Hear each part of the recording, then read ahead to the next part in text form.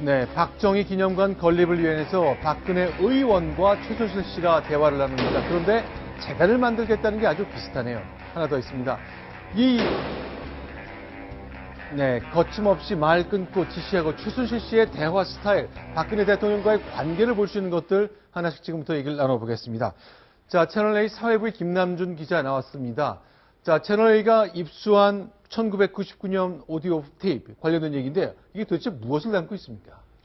예, 제가 지금 최순실 씨 지인으로부터 단독으로 입수한 오디오 테이프를 이렇게 지금 가지고 나왔는데요. 이 테이프에는 박근혜 대통령과 최순실 씨 그리고 남성 2명이 박정희 기념관 건립 문제에 대해서 의논하는 약 30분 분량의 녹음 파일이 담겨져 있습니다. 네. 예. 자, 그런데 들고 계신 게 그렇게 생긴 것으로 녹음됐다는 뜻입니까? 아니면 실제 녹음이 담긴 원본입니까? 예, 실제 녹음이 담긴 원본입니다. 지금 요즘에는 이런 녹음 테이프를 쓰지 않는데요. 네. 저희가 추정하는 시점이 1999년 6월에서 7월 사이에 녹음된 것으로 추정하고 있거든요. 네. 그렇기 때문에 당시에 썼던 녹음 테이프로 추정하고 있습니다. 자, 그러면요, 보겠습니다. 자, 1999년쯤으로 추정하는 이유가 있을 것 같아요. 예. 우선 이 녹음 테이프에 담긴 내용을 살펴보면은 당시에 이제 박정희 기념관 건립 문제를 놓고 논의를 하는데 당시 이제 추진위원회 구성 문제를 논의를 합니다. 네. 예, 그 추진위원 구성이 실제로는 1999년 7월에 이루어지게 됩니다. 따라서 이 녹음 테이프는 적어도 1999년 7월 이전에 녹음됐을 것이라고 추측이 됩니다. 또 녹음 테이프 내용에 보면은 기념관 건립 예산 문제를 놓고 5월과 6월 사이에 예산이 이미 집행이 됐다 이런 내용들이 있습니다. 따라서 5월, 6월 이후 다시 말해서 1999년 6월과 7월 정도 사이에 녹음됐을 것으로 추정됩니다. 자, 잠시 후에 바로 소개해드리겠습니다. 지금 서울 마포구 상암동에 있는 박정희 기념관인데 저것을 짓느냐 마느냐의 문제로 박근혜 대통령과 최순실 씨와 남성 2사람이 대화를 나누는 장면이죠. 네, 그렇습니다. 박정희 기념관 사업은요, 박근혜 대통령이 98년에 처음으로 배지를 달기 전에 한 18년 정도 그 공백 기간이 있지 않았습니까? 그동안에 가장 역점을 두고 했던 게 바로 역사 바로잡기입니다. 아버지의 명예를 바로 세우는 거. 그런 어떤 포부를 갖고 있던 박근혜 당시 의원 2년 차 때입니다. 98년도에 재보선으로 들어가서 99년 의원 2년 차 때 야심차게 정말 자기가 꿈꿔왔던 20년 동안 정말 벼려왔던 일을 가시화한 게 바로 저 박정희 기념관 사업회거든요. 박정희 기념관을 만들고 박정희 기념 사업을 벌이는 것 자체가 최순실 씨와 그러니까 박근혜 당시 의원의 공동의 목표였습니다.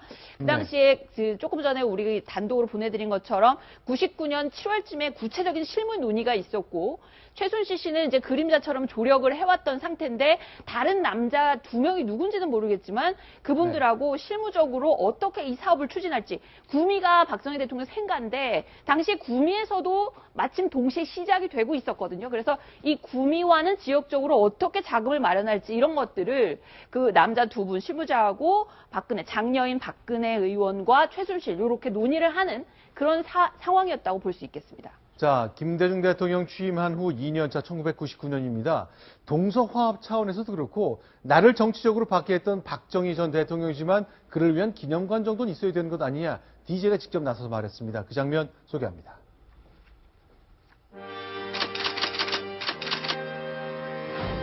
박정희 대통령한테 박해도 좀 받은 건 여러분이 잘 아십니다. 감옥도 갔고 그렇게 했는데 그랬지만 그런 것을 다 우리가 청산하고 이래가지고 박정희 대통령과 오늘 화해하고. 자, 김남준 기자. 그러니까 지금부터 음성 소개해드리겠습니다. 먼저 첫 번째 들려드릴 음성 바로 이 내용이죠. 예, 그렇습니다. 박정희 기념관 건립 예산 문제를 놓고 의논하는 내용인데요. 한번 들어보시죠. 네, 실제로 경북 구미에 안 지으면 된다. 예산 편성 글쎄 애매하지만 잘 통과할 수 있다. 경북 구미가 아니어도 좋다는 얘기를 나눕니다. 실제 음성 소개합니다.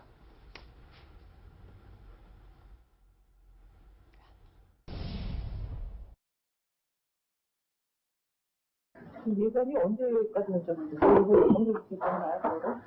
예산은 이제 5월달까지. 그리고 한지 확인하자. 5월. 그리고 저희 다 끝났는데. 뭐라고? 그래서 지금 예산처럼 지금 파악을.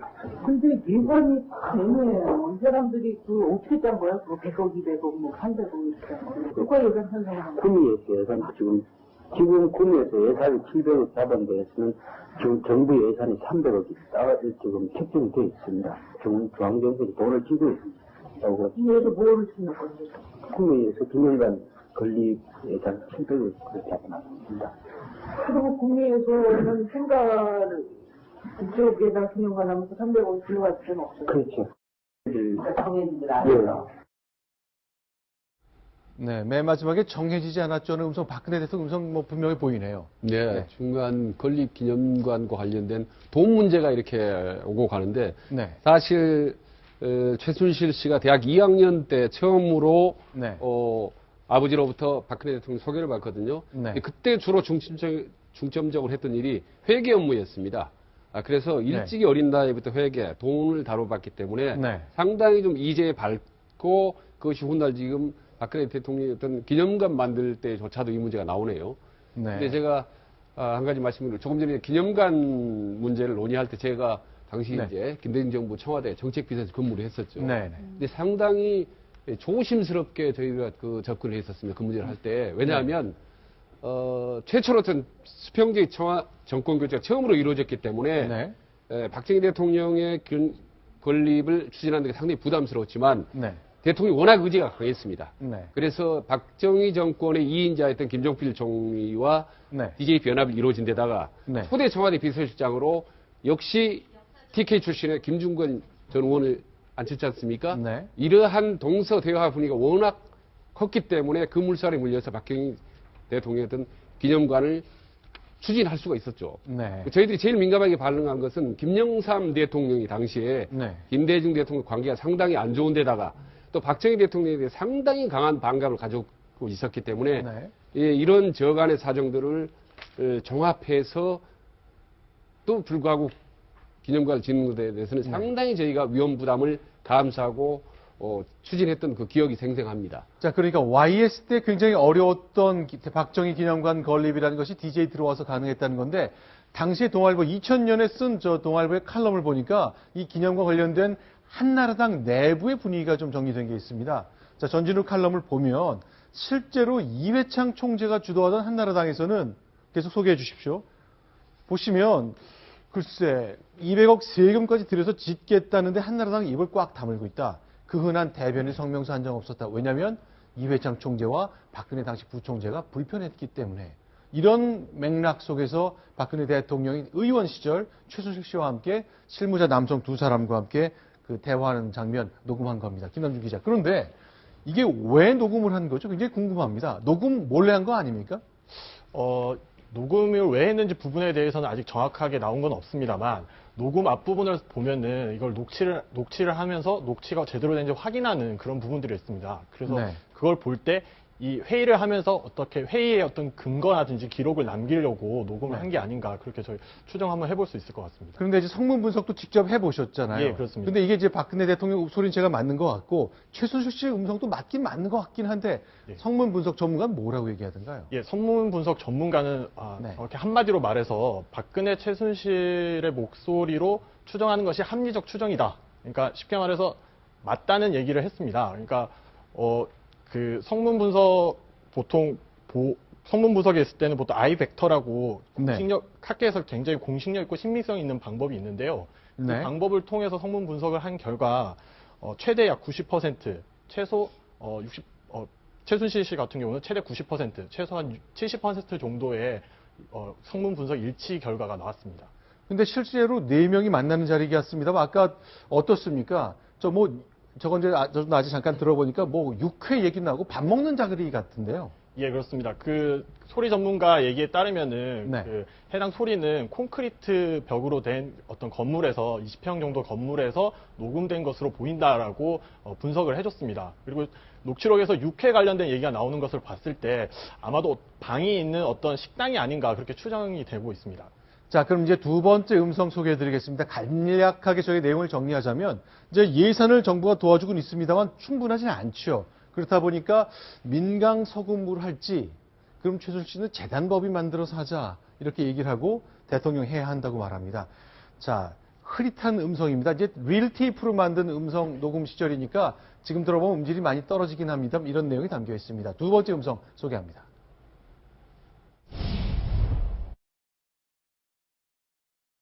근데 지금은 그거 한번 확인해 보세요. 그래서 민간 성공이 한 150% 정도. 정부에서는 전적으로 했을 때는 별로 그런 모양새가 좋지 않다. 성공도 십수기관으로 모였을 때에 효과가 크다. 그래서 정부에서는 특히 민간 정부에서 그렇게 민간에서 성금을 모아가지고 건립하는 것도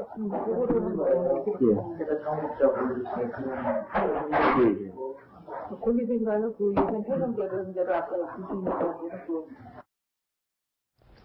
네, 유치원 원장인데 그래도 이 실무적으로 깊숙이 개입한 모습이 보이네요. 예, 그렇습니다. 이미 모든 상황을 알고 또 그걸 주도하는 그런 느낌이 그 목소리만 들어도 충분히 합니다. 그리고 아까 성문부서에 있는데 표현을 보면 뭐 그거를 뭐 이렇게 하는 이렇게 뚝뚝 끊어서 하는 말 어법을 보면은 아마 두 사람이 거의 확실한 것 같고요.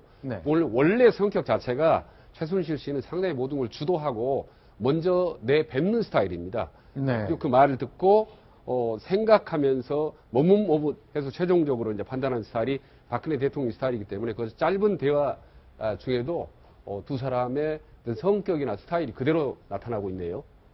네. 자, 그러니까 지금 이제 미르재단, K스포츠재단 모금하는 과정에 대통령이 혹시 그 대가를 뭘 주었는지 그 논란 때문에 문제가 되고 있습니다만 기업들이나 그 민간 차원에서 모금을 해서 재단 만든 그 자체는 별 문제는 없잖아요. 다만 지금하고 빗대 생각해 보니 방식이 좀 비슷하다는 느낌은 좀 있네요. 예, 그렇습니다. 실제로 그 재단, 그 기념관 설립 과정에서 약 2010년에 기념관이 설립되면서 대기업에서 약 300억에서 400억, 정경련 주도로 300억에서 400억 모금을 해서 기념관이 건립된 것으로 지금 현재 알려져 있는데요. 당시에도 정경련이 각 기업에 얼마씩 돈을 내라고 할당을 했다는 의혹이 제기됐었습니다. 이것은 지금 현재 국정농단 사태의 핵심에 있는 미르 K재단 그 모금 방식과 굉장히 유사하다고 볼 수 있는데요. 예, 1999년에부터 예산 문제에 관여했던 최순실 씨가 실제로 박정희 기념관 건립 과정에서 이런 예산 문제들을 알고 있던 최순실 씨가 미르 K재단의 돈의 모집에서도 같은 방식을 사용한 것이 아닌가 그렇게 추정이 되고 있습니다. 그러니까 아까 조금 전에 민간이 모은다, 국민들이 모은다 이 시점은 김대중 정부 시절이거든요. 그때는요 민주화 열기나 이런 부분들이 많았기 때문에 만약 민간에서 모금을 했더라면 훨씬 부작용이나 반감이 컸을 겁니다. 근데 2010년 대결 모을 때쯤이면은 이명박 정부 아니겠습니까? 당시에는 박근혜 대통령이 상당히 대권 주자로 유력한 주자였기 때문에 아마 모으기가 훨씬 더 용이했을 겁니다. 근데 실제로 보면요, 이제 말을 잘라가는 것, 사실 이제 관계라는 게 그렇지 않습니까? 누군가 얘기를 하는데 말을 뚝 잘라서 끊고 들어간다는 거는 두 사람 사이에 보이지 않는 미묘한 권력 관계랄까 위치가 드러나는 거 아니겠습니까? 우리가 평소에 지인들과 대화할 때도 있죠. 말 잘리면 사실 상당히 기분 나쁘거든요.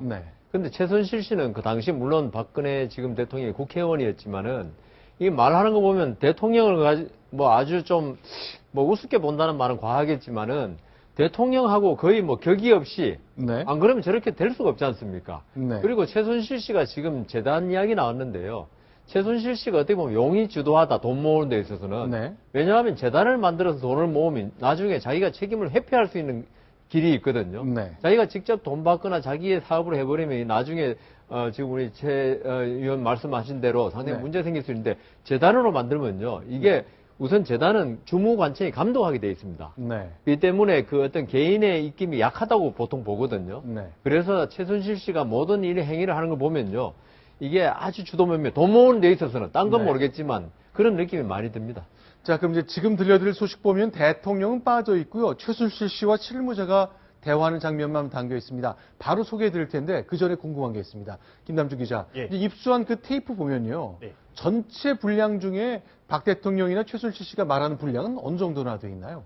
예, 우선 박 대통령 같은 경우는 총 30분 분량에서 2분 한 50초 정도, 50초 가량 정도 발언한 것으로 나와 있습니다. 2분 50초. 예, 그렇습니다. 네. 그리고 최순실 씨의 경우에는 6분 40초 정도 발언한 것으로 저희가 시간이 나왔는데요. 네. 근데 문제는 박 대통령 같은 경우는 말이 좀 느린 편이고 네. 반면에 최순실 씨는 말이 좀 빠른 편입니다. 그래서 사실 네. 말을 한 양으로 친다면은 3배 이상 최순실 씨가 훨씬 더 말을 많이 한 것으로 보여집니다. 자, 국민선거 모으는 방법과 관련해서 최순실 씨가 글쎄 이 두 남성이 누군지 잘 모르겠습니다. 예산을 잘 아는 분, 정부 당국자 같기도 한데 이렇게 대화를 주고받습니다. 조금 더 소개합니다. 국민선거를 이제 몇 단계에 걸쳐서 해야지. 선거는 150을 따라줄 테니까 잡혀줘야지. 군수에서 받은 게 정부 지원과 300억, 구미시에서 150억, 경북도에서 100억, 그럼 성금도 150억. 그래 총 700억 이렇게 250억이 만약에 경북이나 구에서 안 하면은 그 250억은 다 그치지 지원을 하지 않지 않겠느냐. 이쪽으로 해가지고 그 군대에서 그걸 처리해야 되는 건 말이야. 그 말이야. 있을 수도 없는. 누가 그러는 거 성공하겠어요. 자기 기업가 있는 거. 그거는 언어가 안 맞는 그게 전국적으로 그런 선거는. 그게 언어가 그런 뭐 이런 거는 저 최근에 들었던 약간 지시 대명사나 지시 부사를 쓰는 예. 그 어투는 그대로 남아 있는 거네요. 예, 그렇습니다. 말꼬리가 없거나 또 반말투가인 것 같아요. 그래서 아마 그런 대화 내용을 보면 성격을 충분히 알 수 있고, 그럼 박근혜 대통령을 얼마든지 대화 과정에서 좌지우지 했을 수 있다. 네. 그리고 저런 대화는 아마 한 번이 아니고 오랜 동안 어쩌면 수십 년 동안 축적되어 오는 과정에서 네. 자연스럽게 서로가 익숙해진다. 네. 그래서 최순실이 말을 함부로 하고 주도를 해도 네. 박근혜 대통령이 그를 당연하게 알고 또 그렇게 따라갔다는 관계로 본다. 그럼 말투만 본다면 누가 신현지 누가 공주인지 판단하기 어려울 정도의 그런 뒤범벅이 된 관계. 이 관계가 오늘날 그 이후 세월이 흘러서 오늘날에 국정농단을 만들었다. 말하자면 대통령을 사실상 좌지우지하지 않았나 하는 의혹을 지금 갖게 만드는 거죠. 네. 자, 일단 이 내용을 보면요. 이제 뭐 사실은 말을 많이 하는 것이 뭐 협상의 대표의 경우는 가장 협상을 주도하니까 말을 많이 하게 됩니다만 실제 더 위에 있는 사람은 알아서 좀 얘기 좀 해. 이렇게 맡길 수도 있는 거긴 한데 이 두 사람의 관계를 이해하는 중요한 단초가 되는 음성 파일 저희가 입수해서 공개해드린 겁니다. 1999년 6월에서 7월 사이로 추정되는 대화입니다. 근데 이 대화를 보면 이제 최근에 박근혜 대통령이 이렇게 최순실 씨의 국정농단이 공개된 이후에 아쉬워하고 안타까웠다고 하는 것, 흘러나온 것하고 좀 결이 좀 달라 보이네요. 그렇습니다. 청와대 관계자는 물론이고요. 친박계나 여권 사람들은 아직도 박 대통령한테 최순실 씨는 일종의 밥해주는 가정부 같은 사람이다. 뭔가 격하려는 얘기들을 계속합니다. 그래서 조금 전에 그 소개해 주신 것처럼 나와 눈도 못 마주칠 정도로 아랫사람이고 옷이나 챙겨주고 밥 먹는 거 이런 거 챙겨주던 사람이지 국정에 개입하고 이러던 사람이 아니었다라는 얘기를 저한테도 취재원들이 직접 얘기를 많이 했고요. 심지어 동생인 박지만 씨까지도 그런 격으로 눈앞에서는 행동했던 거로 안다 이렇게 얘기를 했거든요. 근데 이번에 제가 그 최순실 씨가 어떻게 국정농단에서 굉장히 궁금했는데 이번 녹취 파일이 이렇게 공개되고 나서 확실히 이해를 했습니다. 그러니까 어쨌든 뭔가 옆에서 조언을 계속 하는데 그냥 조언이 아닌 거죠. 그냥 시킬 수 있는 관계는 아니지만 대통령님 고기를 드셔야 되고요. 야채는 조금 덜 드셔야 되고요. 뭐 이런 식으로 아주 구체적으로 조언을 하는 그런 관계가 아니었나. 박 대통령 입장에서는 그게 조언을 해주는 사람, 조력자라고 생각을 했던 거고 어쨌든 안 할 수 없는 정말 피부치 같은 그런 사이라고 할 수 있겠습니다. 근데 심정수 차장, 이제 지금 청와대 출입 기자니까 대통령 관련 얘기를 좀 더 많이 들으시겠지만 대통령님 고기를 좀 덜 드시고 야채를 더 많이 그 얘기는 좀 처음 듣는데 다 알려진 얘기입니까? 아니요. 그거는 제가 빗대서 얘기를 한 거고 그런 식의 조언이라면 그러니까 뭐 예를 들어서 시녀나 아니면 뭐 이렇게 뭐 식모다 이러면은 시키는 대로 그냥 하는 사람이잖아요. 그게 아니고 조언을 그렇게 하는 그런 관계였다는 거죠. 저는 이번 사태를 보면서 최순실 씨가 연기력이 아주 뛰어나다. 네. 대통령 앞에서는 마치 네. 자기가 자기는 영혼이 없고 대통령이 시키는 대로만 하는 사람이다. 이러면 대통령이 최순실 씨를 갖다가 여러 면에서 100% 믿게 마련이거든요. 네. 그런 걸 가지고 이용해가지고 자기 결정적인 자기 이익을 챙길 때는 그런 대통령의 100% 신뢰를 이용했다. 네. 그러니까 대통령이 어떻게 보면요. 네. 최순실 씨에 대해서 너무 몰랐다는 거죠. 그 최순실이 어떤 인격을 가졌고 어떤 성격인지를 전혀 모르고 네. 최순실 씨가 자기 앞에서 마치 공주처럼 해주고 하는 거, 그 면종복배라 그러죠. 그렇죠. 이런 걸 전혀 몰랐기 때문에 만일 그 박지만 씨라든가 청와대 사람들 말이 맞았다면 네. 최순실 씨의 어떤 뛰어난 연기력, 이게 결국 국정을 갖다 좌지우지할 수 있는 그 바탕이 되었다. 그렇게 생각합니다. 저는 이제 전적으로 동감하면서 네. 최순실 씨의 위장술이 뛰어나다. 네. 왜냐하면 지금 40년 동안의 오랜 관계인데도 불구하고 말이죠. 제대로 지금까지 상당 부분이 은폐해왔지 않습니까? 이제야 드러난 겁니다. 그렇죠. 거기다가 박근혜 대통령 지금 제대로 된 사진 하나 없지. 네. 아직 뭐 동영상 하나 제대로 실제 나온 거 없습니다. 네. 그 흔적을 감추고 지하로 움직이는 그 위장술이 뛰어나다.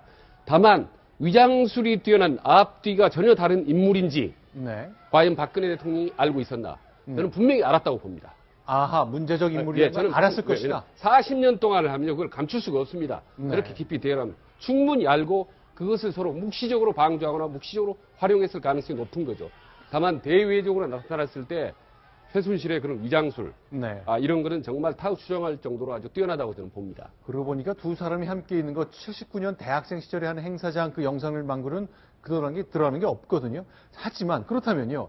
박근혜 대통령은 자기 앞에서 머리를 조아리던 최순실 뒤에 가서 자기 식구들과 자기의 운전기사가 있는 자리에선 자신을 어떻게 묘사하는지 그 최순실의 진짜 얼굴을 알았을까요? 자, 지금부터 소개합니다. 최순실 씨의 운전기사를 20년 넘게 했던 한 분이 세계일보와 인터뷰한 게 있죠. 이렇게 소개합니다. 아마 대통령이 이걸 알았더라면 까무러쳤을 것 같습니다. 소개합니다. 그 할매가 이제 나한테 그러지. 딸 너희 하고 여기까지 해서 한 5천만 원씩 내서 돈 2억 5천만 원인데 니 잘 가지고 내나가라. 돈 많으니까 가방도 꽤 커. 5천원 가방 말고 가방이 커요.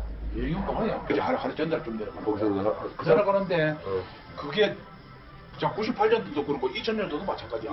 할매하고 순실이 탔고 옮기는 건 내가 갖다 놨지. 옮겨서 가서? 그 방에다 갖다 놨지. 순실이가 전화하고 끝나고는 한번 막 자기가 아주 공주지 않아.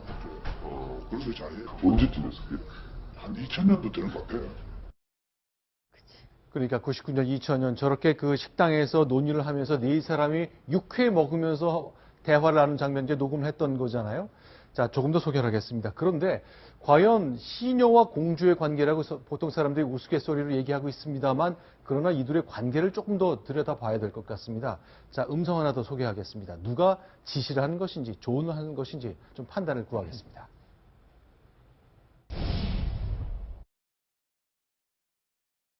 이렇게 편집위원회가 결성되면 저희하고 이렇게 다이렉트로 연결하는 그 매치가 있어요. 그 업소부터 이렇게 연결이 사장들과 좀 하고 이렇게 빨리 하라고 해야 돼요. 실장님이 직접 하시나 봐요. 직접 하시는데 한 시간 전에 좀 말씀을 하셨는데 그분도 대화는 여기서 당신도 거기서 표가 많잖아요. 신문을 주니까 김구 멋있다고 김구력한 데가 거기도 다른 데에다 가서 거기도 새롭게 다뭐 연락해서 가수는 다 이게 저기 여론이 더 불거지기 전에 의원님이 확실하게 결정을 서로 보는 게 낫을 것 같아요. 그죠? 크게들이 계속 나중에 네, 아주 더 구체적인 것, 과연 박정희 기념관을 어디에 지어야 할지, 위치 선정 등 다양한 이야기들을 논의하게 됩니다. 그 장면도 지금부터 집중적으로 알아보겠습니다. 순위 먼저 확인합니다.